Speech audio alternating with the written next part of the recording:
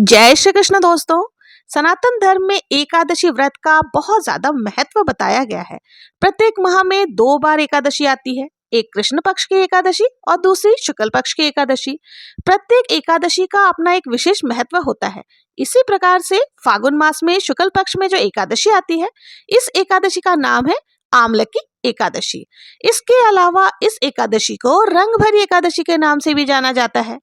ऐसा कहा जाता है कि इस दिन भगवान श्री हरि विष्णु के साथ अगर आंवले के वृक्ष का भी पूजन किया जाए तो इससे अनंत गुना पुण्य फलों की प्राप्ति होती है।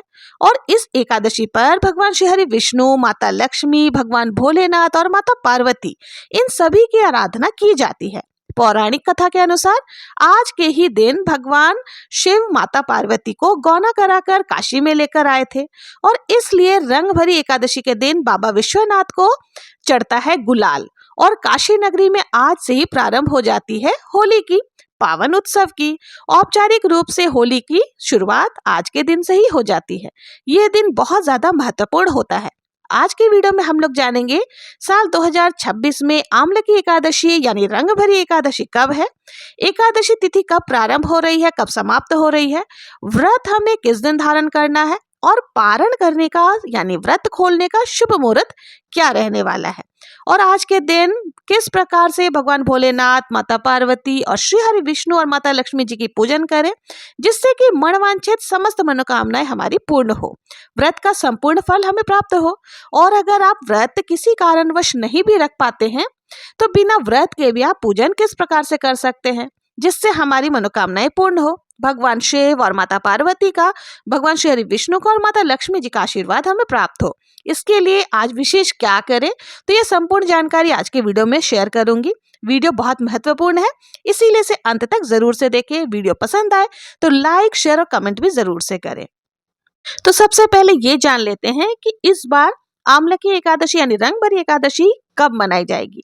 देखिए, इस बार एकादशी तिथि 26 फरवरी दिन गुरुवार को रात में 12:34 से शुरू होगी और एकादशी तिथि का समापन होगा 27 फरवरी को रात में 10:33 पर। उदयकालीन तिथि के हिसाब से शुक्रवार को यानी कि 27 फरवरी दिन शुक्रवार को ही आंवले की एकादशी का पर्व मनाया जाएगा।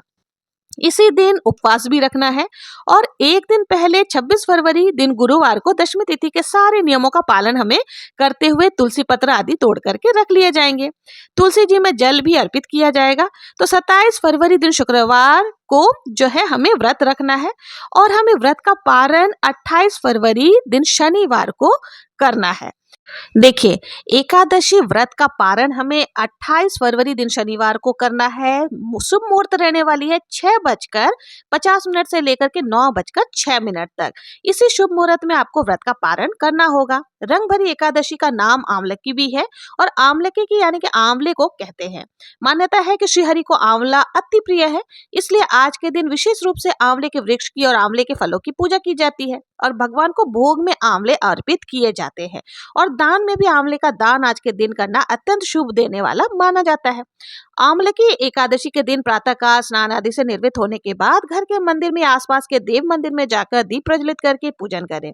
यदि उपवास रखना चाहते हैं तो उपवास जरूर से रखें। उस उपवास रखने से पहले आपको व्रत का संकल्प जरूर से लेना है और फिर भगवान विष्णु का गंगा जल या फिर पंचामृत से अभिषेक करें। भगवान विष्णु को इस दिन तुलसी दल अवश्य ही या तुलसी लगी हुई मंजरी जो होती है पुष्प अर्पित करें। एकादशी के दिन केवल सात्विक वस्तुओं का ही प्रयोग करना चाहिए और इस दिन भगवान शिव तथा देवी पार्वती की भी पूजन जरूर से करें। उन्हें अबीर गुलाल अर्पित करें और साथ ही भगवान विष्णु और माता लक्ष्मी जी का भी पूजन करें। ऐसा करने से घर में सुख समृद्धि की प्राप्ति होती है। और ओम नमो भगवते वासुदेवाय इस मंत्र का जाप अधिक से अधिक करें। इस दिन सुबह आंवले के वृक्ष में कच्चा दूध और जल मिलाकर अर्पित करें। शाम के समय घी या तिल के तेल का एक दीपक आंवले के वृक्ष के नीचे लगाएं।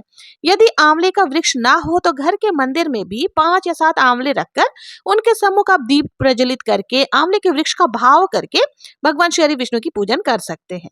भगवान विष्णु आंवले के वृक्ष में वास करते हैं और इस दिन आंवले के वृक्ष का पूजन करने से भक्तों को सभी प्रकार के पापों से मुक्ति मिलकर अंत में मोक्ष की प्राप्ति होती है।